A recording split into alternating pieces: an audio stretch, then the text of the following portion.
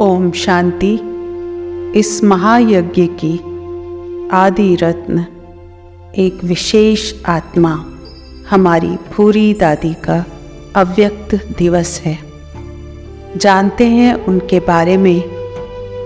भूरी दादी यज्ञ की आदि रत्न थी। बाबा ने उनको आबू में पार्टियों को रिसीव करने तथा यज्ञ की सभी प्रकार की खरीदारी करने की सेवा सौंपी। दादी ने एक नामी इकोनॉमी का अवतार बन अथक हो सब सेवाएं कर सबके दिल में जगह बनाई। अंत तक बाबा के भंडारे की सेवा में बहुत प्यार से निमित्त बनकर रही। आपने 2 जुलाई 2010 को अपना पुराना शरीर छोड़ बाप दादा की गोद ली। ओम प्रकाश भाई मधुबन भूरी दादी के साथ का अपना अनुभव इस प्रकार सुनाते हैं। भूरी दादी शुरू से यज्ञ में आई। आबू आने के बाद दादी की ऑल राउंड सेवा रही।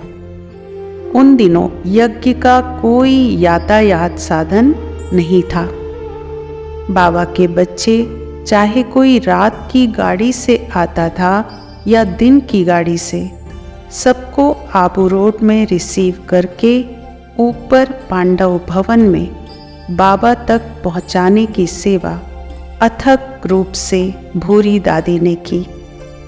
यूँ तो हम भी अपनी अपनी रीति से सभी अथक सेवाधारी हैं, पर भूरी दादी खास अथक सेवाधारी इसलिए थी कि बाबा दिन में कभी भी उन्हें कहते थे, बच्ची अभी आबू रोड जाना है, तो हमने देखा दिन में 4 या 5 बार जाकर वापस भी आ जाती थी।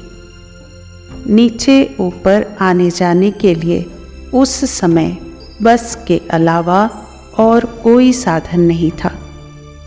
पहाड़ी रास्ते में बस में बार बार आना जाना आप समझ सकते हैं कितना मुश्किल होता है, पर दादी ने यह सेवा दिल से की। ऐसी सेवा तभी हो सकती है जब सदा यह याद रहे कि यह जो मैं सेवा कर रही हूँ स्वयं भाग्य विधाता भगवान द्वारा दी गई है। हम निमित्त मात्र हैं। करण करावनहार शिव बाबा है। एक्यूरेट हिसाब। दादी का बाबा पर संपूर्ण निश्चय रहा। ज्ञानी जीवन का आधार ही निश्चय है। इसमें भी स्वयं पर निश्चय, परिवार पर निश्चय, ड्रामा पर निश्चय तथा प्यारे बाबा पर निश्चय, इन चारों में भूरी दादी सदा पास रही। कभी मैंने भूरी दादी को 1 मिनट भी खाली बैठे नहीं देखा। निर्माण चित्त बहुत थी। कोई ने कुछ कहा तो भी उनके मुख से कभी गुस्से का या ऐसा शब्द नहीं निकला। यज्ञ की सारी खरीदारी उन दिनों आबू रोड से ही होती थी और भूरी दादी ही इसके निमित्त थी। सब्जी आदि सब भूरी दादी ही लेकर आती थी। वे इतनी पढ़ी लिखी नहीं थी, इतना हिसाब भी नहीं जानती थी, फिर भी एक्यूरेट हिसाब रखती थी। यह उनकी बहुत बड़ी विशेषता थी। भूरी दादी लास्ट के दिनों में शरीर से थोड़ी ढीली हुई, पर लास्ट तक भोजन ठीक ठाक करती रही। अंत के कुछ समय तक उनको कम दिखाई पड़ने लगा था, फिर भी हर एक को पहचानती और बात भी करती थी। लास्ट के दिनों में सेवा करते करते हाथ भी थोड़े हिलने लगे थे, फिर भी सेवा में अथक रही।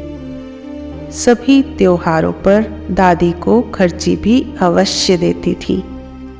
ऐसी यज्ञ स्नेही दधीची सम हड्डियां सेवा में लगाने वाली दादी भूरी को श्रद्धा सुमन समर्पित हैं।